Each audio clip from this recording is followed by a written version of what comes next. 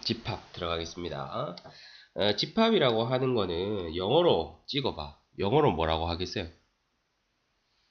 어려운 질문이었나요? 그룹. 알겠죠? 그냥 모아놨을 뿐이에요. 알겠어요? 뭔가를 모아놨는데 우리가 수학을 너무 열심히 공부한 나머지 그 모아놓은 것들을 계산하겠다. 알겠죠? 그게 이 단원의 목적. 그러면은 학습 목표부터 한번 보겠습니다. 학습 목표에 항상 포커스를 맞춰서 수업을 할 거야. 하나하나씩 설명하고 그 다음에 다시 돌아와서 우리가 학습 목표를 충족시켰는지 또 확인하고. 첫째, 집합의 개념을 이해한다. 그러니까 집합이 뭐냐는 거죠. 맞습니까? 정의라는 표현 수학을 공부할 때 자주 쓰죠. 그 다음에 두 번째, 집합을 어떻게 표현하는지도 배운다. 알겠죠? 집합을 어떻게 선생님 그냥 모아놓은 게 집합 아니에요. 모아놓은 게 집합이긴 한데 그거를 알아보기 쉽게 표현하는 방법이 있대요. 알겠습니까? 그 다음에 세 번째, 집합 사이의 포함 관계를 이해한답니다. 포함 관계라고 하는 거는 뭐 어떤 거겠습니까? 그냥 찍어봐. 자연수라고 하는 집합이 있고 짝수라는 집합이 있다 치면 무슨 집합이 더 큰 집합 같아? 자연수가 더 큰 집합이죠. 맞습니까? 짝수가 자연수에 쏙 들어간다라는 느낌, 집합을 안 배워도 느낌 대충 오죠. 맞습니까? 그런 것들 우리가 배울 거고, 연산이 뭐죠? 네 번째, 집합의 연산을 할 수 있다는데 연산이 뭐죠? 계산. 그쵸, 연산은 계산이에요. 우리는 지금까지 뭐의 계산만 해왔습니까? 수의 계산만 해왔죠. 맞습니까? 우리가 알고 있는 계산이라고 하는 건 뭐 더하기, 빼기, 곱하기, 나누기, 뭐 필기 아직 안 해도 돼요. 더하기, 빼기, 곱하기, 나누기 이런 것만 있었잖아. 근데 이런 게 결국은 다 수들의 계산이었다고. 그러니까 우리가 지금까지는 계산의 대상으로서 수만 알고 있었는데 이제는 있어 보이게 집합이라는 것도 계산을 한대요. 모아놓은 것끼리 무슨 계산을 한다는 거지? 그런 것도 궁금증을 가지고 한번 가보도록 하겠습니다. 첫째, 집합의 뜻과 포함관계 볼게요. 일반적으로 수학에서 뜻이라고 하면은 뭐라고 이해하면 되죠? 정의, 그렇죠. 수학적으로 무엇을 집합이라고 하느냐, 맞죠? 무엇을 집합이라고 하느냐. 그 다음에 포함관계라고 하는 것은 말 그대로 말에 다 있잖아, 맞죠? 포함 관계, 둘이 있으면 누가 누구를 포함하고 누가 누구에게 포함되고, 맞죠? 이런 것들 우리는 포함 관계라고 합니다. 그러면은 첫 번째 집합의 정의 한번 봅시다. 집합과 원소. 뭐 너무 어렵게 설명하지 맙시다. 집합이라고 하는 건 뭐예요? 그럼 모아놓은 것이죠. 맞죠? 집합은 모아놓은 것. 그 원소는 뭐겠어요? 뭐 그 안에 있는 것. 맞습니까? 오케이? 그러니까 무엇이 모여서 뭐가 되겠어요? 원소가 모여서 집합이 되겠죠. 맞습니까? 그리고 나서 이제 우리는 수학적으로 정의를 했으며 항상 어떻게 표현을 하는지 이런 것들을 배워봐야 되는데 집합은 기본적으로 우리가 표현하기를 잘 생각해봐. 우리가 수학 공부할 때 수를 잘 모르겠어. 그럼 보통 뭐를 이용해서 미지수를 표현하죠? 예를 들어서 내가 얼마가 있었는데 100원을 더했더니 200원이 됐다 막 이렇게 쓰잖아요. 맞습니까? 그럼 이게 얼마인지 모르겠어. 그러면 우리가 미지수를 쓰잖아요. 맞습니까? 그때 보통 어떻게 씁니까? 이런 소문자를 활용하죠. 맞습니까? x라든지 뭐 a라든지 이런 문자를 이용해서 우리가 미지의 수를 대명사로서 이렇게 표현하곤 하죠. 이건 필기 안 해도 됩니다. 그러면은 집합은 우리가 어떻게 표현하냐면 어떤 집합을 앞으로는 집합은 이렇게 대문자로 표현하기로 합니다. 그러니까 뭔가를 모아놨다 이 말이야. 맞죠? 여기에 뭐 예를 들어서 페브리즈도 있고 종진이도 있고 맞습니까? 그 다음에 뭐 수학의 바이블도 있고 막 있는데 그럼 이 집합에도 이름이 있어야 될 거 아니에요. 오케이? 근데 지금 뭐 이런 거 이렇게 막 모아놨는데 이름 짓기 좀 애매하잖아. 그러면 그냥 이거를 A 집합이라 하자 뭐 이런 식으로 하는 거예요. 알겠습니까? 그래서 집합을 우리가 표현할 땐 일반적으로 대문자를 사용하고, 그 다음에 집합 안에 들어가는 원소 역시나 뭐 이렇게 막 정해지는 경우도 있지만 잘 모르겠는 경우 뭐 임의의 어떤 원소가 있을 수 있잖아요. 그 임의의 원소는 일반적으로 소문자를 이용해서 표현을 해줍니다. 무슨 말인지 알겠어요? 오케이? 그럼 지금 이 그림을 가만히 보면 지금 A가 우리가 지금 집합이고, 맞죠? A가 집합이고, 그 다음에 소문자 A가 원소잖아요. 그러면 수학적 언어로서 이 A라는 원소가 A라는 집합에 포함된다, 속한다라는 것을 어떻게 표현할 것인가에 대한 고민을 좀 해야겠죠. 알겠습니까? 그럼 그거는 어떻게 표현하느냐? A가 A의 원소다, 이렇게 표현합니다. 알겠죠? A가 A의 원소다. 됐나요? A가 A의 원소다. 그럼 이거는 우리가 알고 있는 뭐랑 좀 비슷하다고 생각하면 되냐면, 수에서도 약간 부등호 기호랑도 약간 비슷한 느낌이 드는데, 상식적으로 어떻게 생각하면 되냐면, 당연히 집합이 큰 개념이에요, 원소가 큰 개념이에요? 집합이 큰 개념이에요. 우리가 수에서도 부등식 쓸 때 큰 쪽으로 입 벌리잖아, 맞죠? 그러니까 이렇게 입 벌린다고 생각하면 되고, 이게 지금 삼지창이잖아, 맞죠? 이렇게 삼지창인 이유가 원소를 영어로 element라고 하잖아. 이 이자를 약간 변형시킨 모양이다, 이렇게 생각을 하면 돼요. 어렵습니까? 아니요. 전혀 어렵지 않죠. 맞습니까? 그 다음에 이런 것도 있어요. 지금 이 A 집합 안에 A라는 원소는 있는데 B라는 원소는 쌤이 지금 안 넣어놨잖아요. 맞습니까? 그럼 B라는 원소는 A 집합에 들어있지 않습니다 라는 표현을 어떻게 표현하냐면, 이렇게 해놓고, 수학에서는 항상 뭐든지 간단하게 표현하니까 아닙니다, 그냥 줄 것 보면 돼요. 알겠습니까? B는 A의 원소가 아닙니다, 이렇게 표현을 합니다. 알겠죠? 네. 기본적으로 표기법을 우리가 계속 공부를 하고 있어요. 알겠습니까? 집합과 원소 표기법을 계속 공부를 하고 있고, 그 다음에 계속 한번 가보면 두 번째 이렇게 씁니다. 집합의 표현.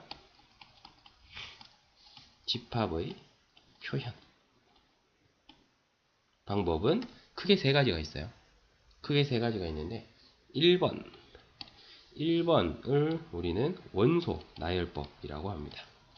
원소 나열법. 그 다음에 2번을 조건 제시법. 그 다음에 3번을 벤 다이어그램이라고 해요. 이게 다 장단점이 있어요. 이게 다 장단점이 있는데, 일단 예측해 봅니다.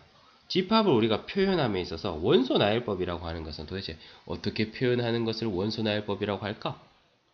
원소를 그대로 나열. 그렇죠. 원소를 그대로 나열하는 거예요. 알겠어요? 그럼 예를 들면 이런 거지. A 집합 안에요, 1, 2, 3, 4, 5라는 원소가 있어요. 뭐 이렇게 표현하는 겁니다. 알겠죠? 네. 집합은 집합 A라는 집합 기호 안에 이렇게 원소들을 집어넣는 거예요. 두 번째, 조건 제시법은 그럼 뭘까? 한번 얘기해 볼래? 찍으세요. 어차피 처음 듣잖아, 맞지? 조건 제시법이 뭘까? 어떤 조건을 제시해요? 그렇죠. 조건을 제시하는 건데, 무슨 말이냐면은, 이렇게 하나하나 나열해서 쓰기가 굉장히 귀찮더래요. 굉장히 귀찮더래. 그래가지고 어떻게 하기 시작했느냐, 그냥 이렇게 쓰는 거야. 예를 들어서 x바 이래가지고, 항상 요 바 전에 요 자리가 바로 조건 자리예요. 조건. 다시 미안. 원소 자리예요. 원소. 오케이? 조건 제시법이니까 원소를 하고 그 다음에 조건을 제시합니다. 뒤에다가.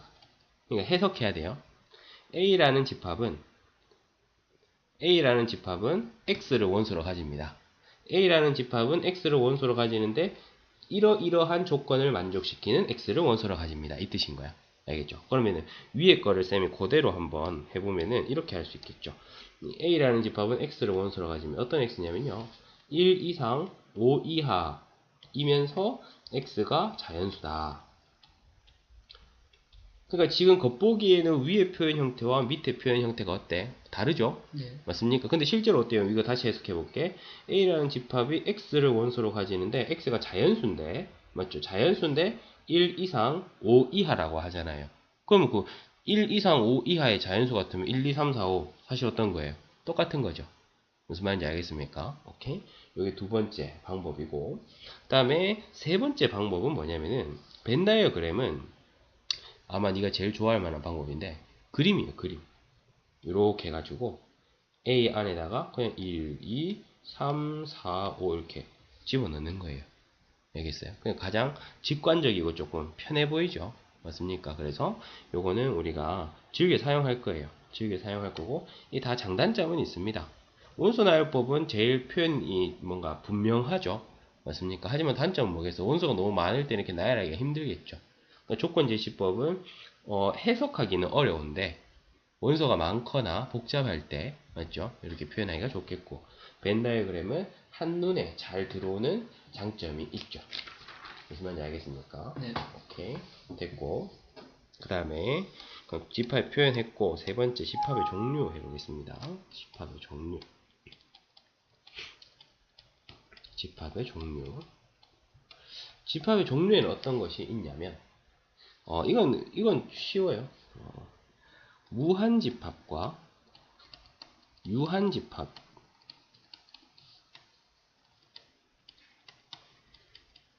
있어요. 무한집합 찍어봐. 왠지 뭘 것 같아? 계속 나와요. 계속 나간다. 그렇죠.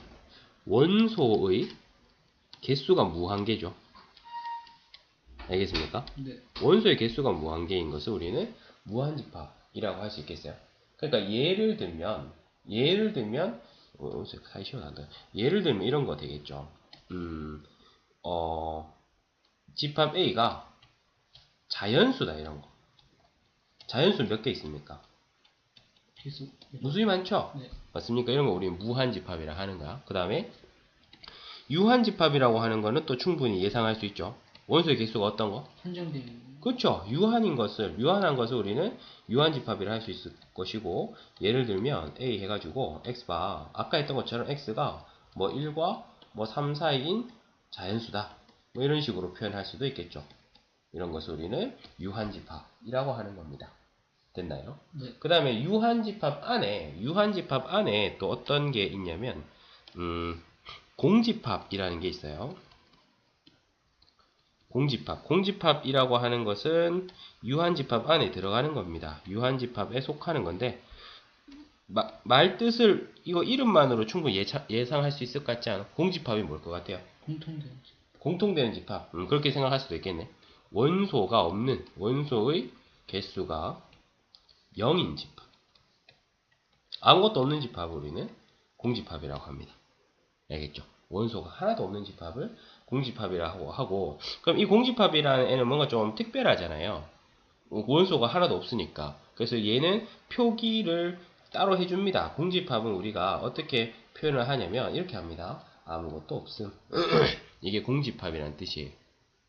알겠죠? 네. 공집합이라는 뜻이고, 그리고 지금 이런 걸 보아하니 집합의 종류를 나누는 데 있어서 원소의 개수가 꽤 중요한 역할을 하는 것 같아. 알겠죠? 그러면 어떤 집합의 원소의 개수를 나타내는 표기 방법에 대해서 우리가 또 한번 알아봐야 되는데, 이런 표현합니다. NA라고 하면은, 이거는 A라고 하는 건 우리가 방금 배웠잖아. 뭘 나타내는 표현이었어요? 집합을 나타내는 표현이었잖아. 그럼 N은 이제 집합 나타내는 표현에다가 N을 씌워 놓으면은 집합 A의 뭐를 나타내는 거다? 원소의 개수를 나타내는 표현입니다. 알겠습니까? 예를 들면 이런 거예요. 예를 들면 뭐 A라는 집합이 1과 2와 3을 원소로 가진다고 하죠. 그러면 NA가 얼마겠어요? 이 상황에서.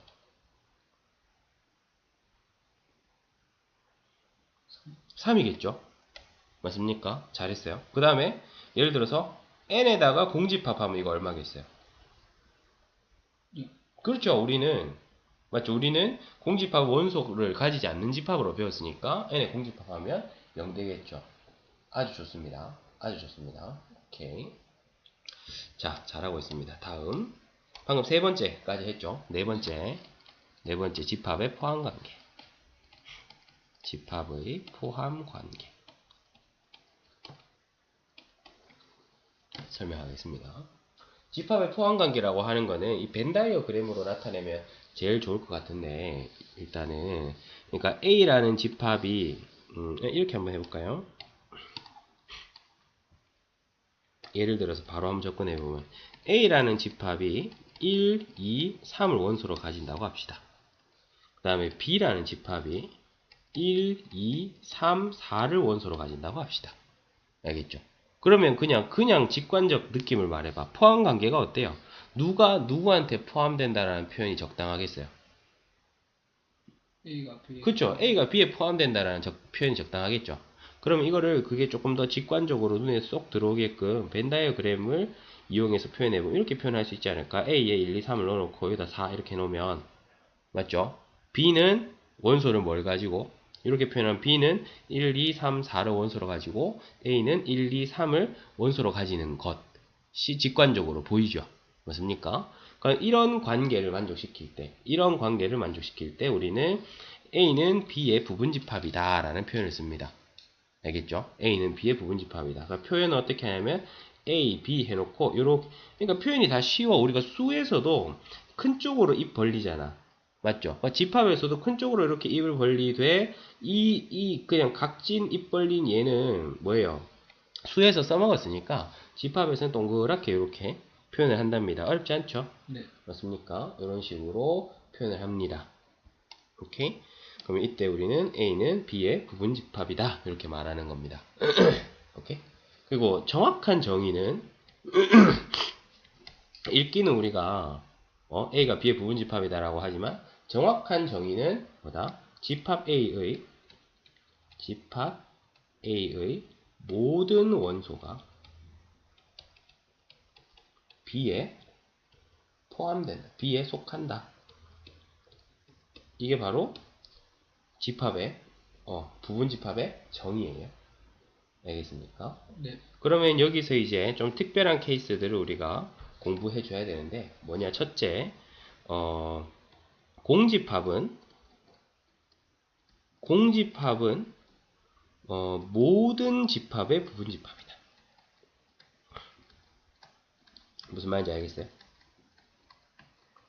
공집합은 어차피 지가 아무것도 가진 게 없잖아요. 네. 그러니까 공집합 어차피 아무것도 없기 때문에 여기서 그 공집합에서 아무거나 뽑아도 맞죠? 모든 원소가 어떤 집합 안에 포함된다고 해도 무방하다고. 알겠어요? 그러니까 이 가운데는 빈 부분이 있잖아. 맞죠? 네. 오케이? 그래서 어떻게 쓰냐면 공집합은 누구랑 만나도 부분집합이 된다. 알겠죠? 이게 첫 번째 특별한 케이스고 그 다음에 두 번째는 뭐냐? A는 A의 부분집합이다. 무슨 말이겠어요? 자기 자신에게 부분집합이 된다는 거예요. 알겠습니까? 그렇겠습니까?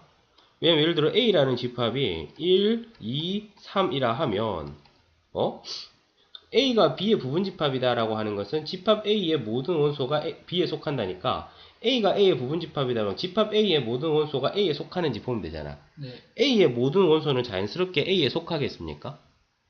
당연하죠. 네. 맞습니까? 그래서 같은 것끼리는 자연스럽게 부분집합 관계가 있다. 그래서 A는 A의 부분집합이다.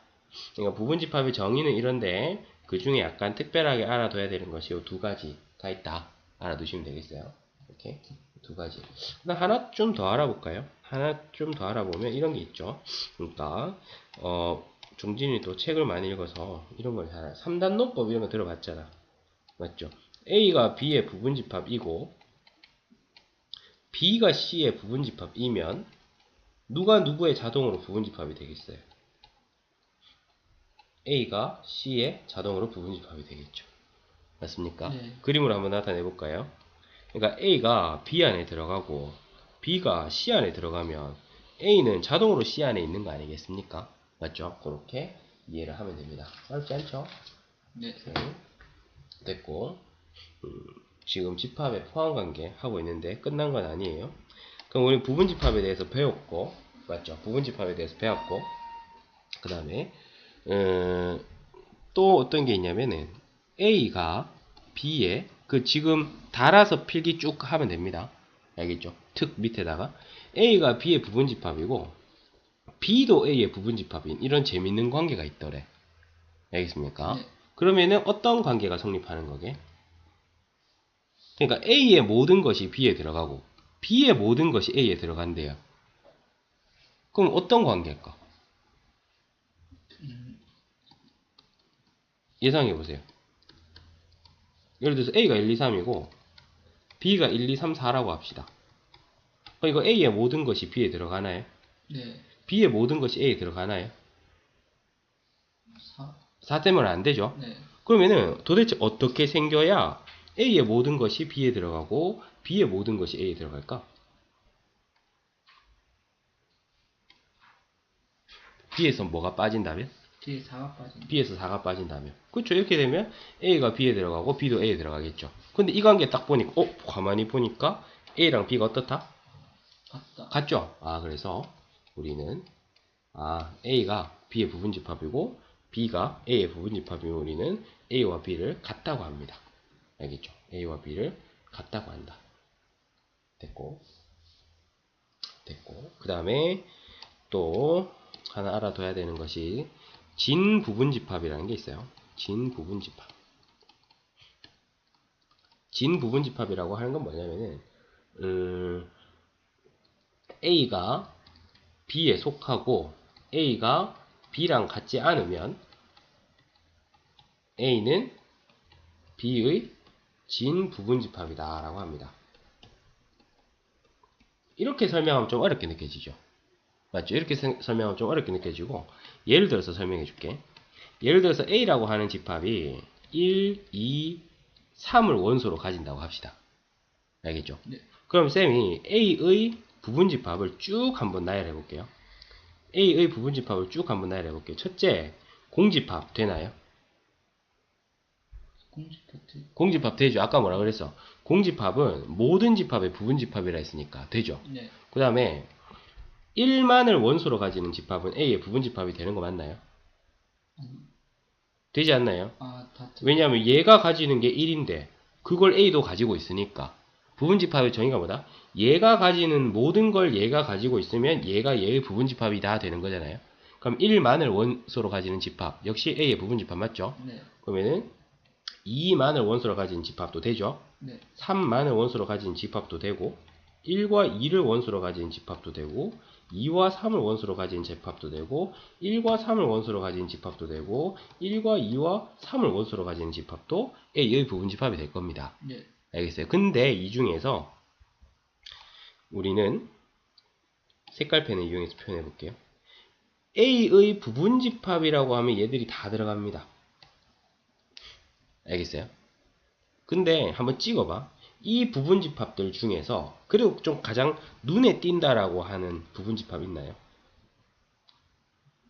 좀 가장 눈에 띄는 부분집합. 찍어요. 어차피 배운 적 없잖아. 그냥 느낌을 묻는 거야.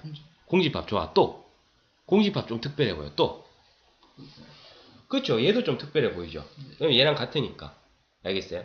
그래서 우리는 아까 배운 바에 의하면 자기 자신은 자기 자신의 부분집합이 된다고 했잖아. 맞죠? 그러니까 여기다 쓰긴 썼는데 얘는 빼고 얘를 빼고 알겠죠? 자기 자신을 빼고 얘들끼리 모은 거 알겠습니까? 이걸 우리는 진부분집합이라고 해요. 이렇게 하면 이해가 쉽겠죠? 네.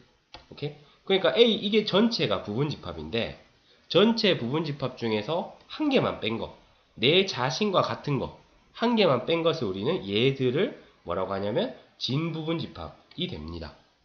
그러니까 항상 그렇겠지. 부분집합이 총 10개면 진부분집합은 몇 개겠어? 진부분집합 9개. 그렇죠. 항상 부분집합이랑 진부분집합은 한 개만큼 차이가 나겠죠. 맞습니까? 네. 오케이. 아주 좋습니다. 아주 좋습니다. 자, 그 다음 몇 번까지 필기했죠? 4번. 4번까지 했나요? 5번 가겠습니다. 차이가. 밑에 쓰세요. 괜찮아. 이거 난 지워버리면 되니까 밑에 쓰세요. 5번 부분집합의 개수. 부분집합의 개수에 또 우리는 관심을 가져볼 건데, 방금 쌤이 얼떨결에 좀 했어요. 뭐다? A라는 집합이, 예를 들어 1과 2를 원소로 가지는 집합이라고 합시다. 오케이? 그러면 A의 부분 집합은 총 몇 개냐를 한번 봤더니, 한번 해볼래? 시작. 제일 먼저 뭐부터 출발한다? 무조건 깔고 들어가는 게 뭐다? 지금 너무 잘하는데? 공집합 있겠죠? 네. 그 다음에 뭐 있겠어요? 1을 원소로 가지는 집합, 2를 원소로 가지는 집합, 1과 2를 원소로 가진 집합이죠. 네. 맞습니까? 그러니까 지금 몇 개 나왔어? 4개. 몇 개 나왔어? 4개 나왔죠? 맞습니까? 또 해봅시다. A 해서 이게 1, 2, 3이라고 합시다. 그러면은 A의 부분 집합 불러봐. 뭘로 출발? 공집합. 그렇죠. 공집합. 또 1. 1을 원소로 가지는 집합. 2를 원소. 그렇죠.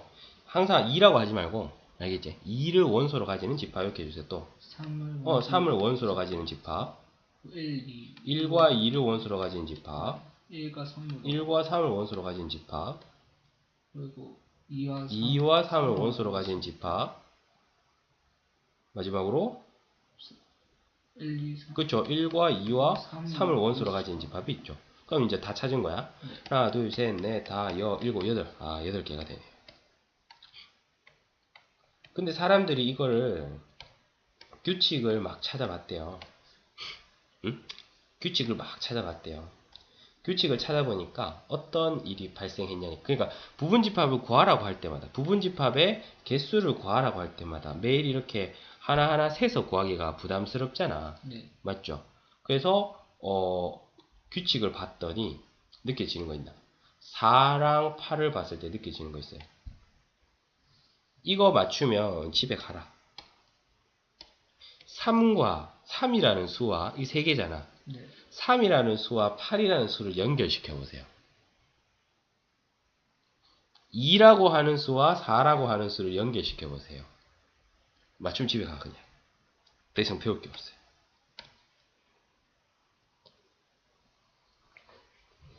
당연히 어려운 거야. 부담 없이.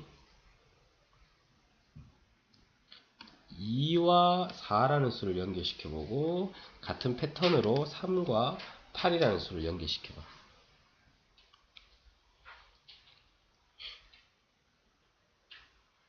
그렇게 오랜 시간 주지 않을 거예요. 어떻게 되느냐? 4는 2의 제곱이죠. 네. 8은 2의 세제곱이죠. 그러니까 얘가 원소가 3개면 부분집합의 개수가 2의 세제곱 개가 되는 거고, 원소가 2개면 부분집합의 개수가 2의 제곱개가 됩니다. 무슨 말인지 알겠어요? 네. 오케이? 그래서 이것을 조금 더 일반화 시켜서 필기를 해보면 이렇게 쓸 수가 있다고. 그 밑에 계속 달아서 쓰시면 됩니다. 집합 이렇게 씁시다. 이게 제일 깔끔하겠다. NA가 N이면 이거 해석 어떻게 합니까? NA라고 하면 A 집합에 뭘 말하는 거다? 원소의 개수를 의미하는 거잖아요. 네. 맞습니까? 그러니까 이거는 우리가 해석하면 A 집합의 원소가 맞죠? 몇 개이면 N개이면 맞습니까? A 집합의 부분집합의 개수는 몇 개다? 2의 n개다. 이렇게 되는 거예요. A 집합의 부분집합의 개수는 2의 n승개다. 이렇게 써줍니다. 그리고 어떤 수랑 어떤 수가 연결이 된다고요? 요 n이라고 하는 수와 요 n이라고 하는 수가 연결이 되는 겁니다. 그러니까 바로 또 예를 들어 설명해 보면 뭐 A라는 집합이 1, 2, 3, 4, 5라고 하면 원소가 현재 몇 개인 거야? 5개인 거잖아요. 네. 그러면은 여기서 A 집합의 부분집합의 개수가 몇 개가 되는 거다? 2의 몇 제곱개? 2의 2의 5제곱개가 5제곱이 되는 거예요. 그래서 32가 되겠죠. 알겠습니까? 네. 이런 식으로 하시면 돼요. 좋습니다. 그러면 예제를 몇 개 풀어보고 마무리를 할 겁니다. 자, 예제 1번. 잠시만요. 네. 됐어요. A 집합, 이거는 쓰지 말고 듣기만 하세요. A 집합이 1, 2, 3, 4를 원소로 가진 집합인데, 네모 안에 적절한 기호를 넣으랍니다. 1과 4와, 다음에, 이렇게 돼 있어요. 오케이? 그러면은, 어떻습니까? 지금 현재 1과 A는 어떤 관계죠? 1은 A의 포함된다. 원소다 이 말이잖아. 네. 원소는 E자 변형해가지고 이렇게 쓴다 했죠. 맞습니까? 네. 그 다음에 역시나 4도 A 안에 들어갑니까? 네. 들어가죠. 그러니까 요것도 이렇게 써주면 됩니다. 알겠죠? 그 다음에 요거는 어떻게 되느냐? 지금 이것도 4고 이것도 4인데 표현이 좀 다르죠? 네. 얘는 뭐예요? 벌거벗었으니까 원소고, 얘는 엄연히 뭐 안에 들어있어요? 집합기호 안에 들어있잖아. 네. 그러니까 얘는 집합이에요. 알겠습니까? 그럼 이제 집합의 포함 관계를 따지면 이 집합 안에 4가 있잖아. 네. 4가 A 안에 들어있습니까? 예, 들어있죠. 그러면 우리는 그때 무슨 집합이라 부른다 했어요? 부분집합이라 부른다 했잖아. 그러면 여기다가 이지창으로 이렇게 표현해주면 되겠네. 맞죠? 다음에 두 번째, 원소 나열법. 원소 나열법이 있으면 그것을 우리가 조건 제시법으로 바꿔보고, 조건 제시법이 있으면 원소 나열법으로 바꿔보라는 문제 두 개만 해봅시다. 첫 번째, 1, 3, 5, 15. 일단 현재 이거는 원소 나열법이에요. 조건 제시법이에요. 원소나요. 원소 나열법이죠. 그러면 이것을 조건 제시법으로 한번 바꿔봅시다. 조건 제시법은 일단 기본 항상 그런 건 아닌데 x바로 시작하는 게 많겠지. x바 해가지고 이 수들의 특징이 뭐죠? 배수. 배수? 1, 3, 5, 15.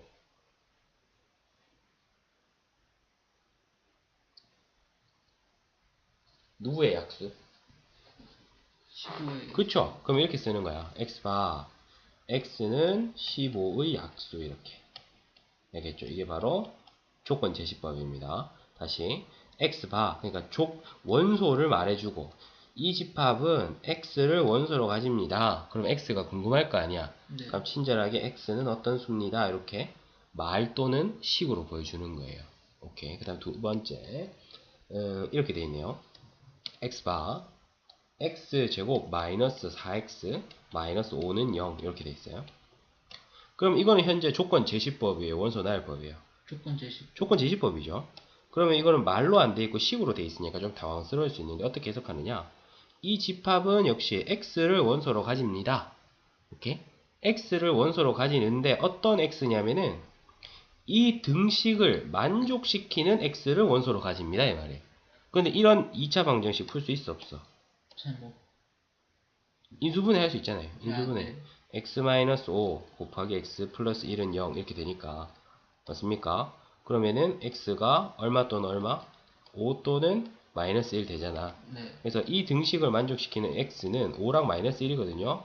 그러면 그것을 우리가 원소 나열법으로 표현하면 이렇게 마이너스 1과 5 이런 식으로 넣어주면 된다 이 말이에요. 어려워요 안 어려워요? 어렵지 않죠? 그 다음에 세 번째 3번 문제 필기하지 말고 계속 보시면 돼요. 예제 3번 A 집합이 1, 3, 5, 7을 원소로 가지는 집합이에요. 그러면 또 포함관계 이렇게 돼 있어. 여기 뭐 채워라 이 말인데 공집합은 모든 집합의 뭐라 했죠? 부분집합 몇 지창? 3지창. 2지창. 아, 맞죠? 3지창은 E자랑 비슷하다. 엘레먼트. 맞죠? 그 다음에 두 번째 2번 3과 5를 원소로 가지는 집합은 A 집합의 무엇이냐 이건데 이 집합 기호니까 요 안에 들어있는 원소들을 봐야겠다고. 이 안에 들어있는 3과 5를 A는 다 가지나요? 네. 그러면은 얘는 A의 부분집합이라 할 수 있나요? 있어요. 있죠. 이렇게 써주면 됩니다. 맞나요? 그 다음에 세 번째 집합 기호 있고 이렇게 돼 있어. 그러니까 이 집합은 뭡니까? 0을 원소로 가진 집합이죠. 네. 그러면 이 집합 안에 0을 A가 가지고 있나요? 가지고. 있지 않죠. 맞습니까? 그럼 우리 어떻게 표현하느냐? 아닙니다. 이렇게 써주면 돼. 알겠죠? 네. 아닙니다 이 뜻이에요. 그 다음에 네 번째, A라는 집합은 1과 A를 원소로 가지고, 그 다음에 B라는 집합은 2와 A-1과 A 플러스 1을 원소로 가집니다. 근데 A가 B의 부분집합이에요. 그래서 구하고자 하는 것은 A입니다. 이제 이게 조금 어렵게 느껴질 수 있는데 당황하지 말고 잘 봐. 어떻게 하는지. 지금 A가 B의 부분집합이라 했잖아요. 네. 그럼 우리가 그 뜻이 뭐라 했어? A가 가지고 있는 모든 것을 B가 가지고 있다. 이렇게 해석해야 되는 거 맞아요? 네. 그럼 A가 지금 가지고 있는 것 중에서 1이 그냥 우리가 받아들이기 쉬운 애야? A가 받아들이기 쉬운 애야? 1이 아무래도 쉽죠? 어쨌든 A가 B의 부분집합이라 했으니까 얘랑 얘는 무조건 이 안에 들어가게 돼 있어. 알겠죠? 그러면 1은 이 안에 무조건 들어가는데 1이 2일 리는 없잖아. 맞습니까? 네. 그럼 우리가 가정법을 이용해서 생각을 해줍니다. 첫째, 그럼 1이 뭐일 가능성을 생각하는 거지. 1이 2일 일 없으니까 1이 B 안에 들어간다 했으니까 근데 2는 아닐 거 아니야. 그럼 1이 뭐인 경우로 생각하는 거지. A-1이 1인 경우로 생각하는 거지. 무슨 말인지 알겠어요? 네. 그럼 이 말은 결국 A가 얼마란 말이야? A-1이 1이라는 건 A가 얼마란 말이죠? A가 2란 말이잖아. 맞죠? A가 2라고 하면은 이제 다시 한번 구해보는 거야. A가 2라고 치면은 A 집합이 뭐랑 뭘 원소로 가집니까? 1과 1과 2를 원소로 가지죠. 그 다음에 B 집합은 그러면 뭘 원소로 가진지 봅시다. 요 2 있고, 맞죠? A에다 2 넣으면 이거 얼마 됩니까? 1 되고, 이거 얼마 돼요? 3 되잖아. 알겠나요? 그럼 이거 봐봐. 이렇게 됐을 때 A가 B의 부분집합이라 말할 수 있어 없어? 있어요. 있죠. A가 가지고 있는 걸 B가 다 가지고 있으니까. 그럼 어떻게 벌써 답 나와버렸네? 그럼 A가 얼마인 거다? 2가. A가 2가 되는 거죠. 맞습니까? 어떻게 답이 나왔어? A가 2가 되는 거죠. 근데 어차피 하고 있었으니까 왜 두 번째는 뭐가 안 되는지 한번 봅시다. 두 번째 가정법. 1이 뭐인 경우? A 플러스 1인 경우도 한번 생각해 볼 수가 있다. A 플러스 1인 경우. 그럼 A가 얼마 되는 거예요? 0. 0 되는 거잖아요. 그러면 A 집합은 뭐와 뭐를 원소로 가져요? 1과 0. 0, 그쵸? 1과 0을 원소로 가지고 그 다음에 B는 어떻게 돼요? 2와 마이너스 1. 마이너스 1과 1을 원소로 가지게 되잖아. 네. 그럼 A가 B의 부분집합이라 할 수 있습니까? 없습니까? 그러니까 A는 0이 되면 안 되는 거예요. 그러니까 결론적으로 A는 2가 되는 거죠. 무슨 말인지 알겠죠? 네. 오케이, 잘하네. 아주 좋아요. 그 다음에 다섯 번째 예제를 보면은 이제 부분집합에 관한 예제인데 필기 안 해도 됩니다. A 집합이 A, B, C, D, E를 원소로 가집니다. 첫 번째, 부분집합의 개수를 구하래. 그럼 우리 했잖아, 맞죠? 부분집합의 개수는 2의 몇 승? 원소의 개수승. 맞습니까? 5승. 그래서 32가 돼요. 오케이? 근데 두 번째 어떻게 하냐면 A의 부분집합 중에서 A를 반드시 포함하는 부분집합의 개수 이렇게 묻는다 이 말이에요. 무슨 말인지 알겠습니까? 네. A를 반드시 포함하는 부분집합의 개수 이렇게 물으면 이게 어떻게 돼야 되냐면 한번 해보자. 얘의 부분집합 중에서 얘가 반드시 들어가는 거 직접 한 5개만 찾아봅시다. 시작. 쌤 하나 해볼게. 이거 되겠지. 맞잖아요. 네. 그 다음에 이제 불러봐. A, B, A, B 이런 거 되겠지. 그 다음에 또 어떻게? A, C. A, C 이런 거 되겠죠. 그럼 문제를 잘 이해한 것 같아서 그만. 잘했어요. 그러니까 이것도 역시나 하나하나 셀 수는 없다는 거예요. 하나하나 셀 수는 없다는 거예요. 그러면 이것도 우리가 암기를 해주면 되는데 이것도 2의 거듭제곱인데 어떻게 생각하면 되냐면 문제를 보면 반드시 포함해라 또는 절대 포함하지 마라 뭐 이런 문제가 나오거든. 그러면은 반드시 포함되라고 하든지 절대 포함되지 말라고 하든지 어떤 조건이 걸리면 걔들은 무조건 없다고 생각하세요.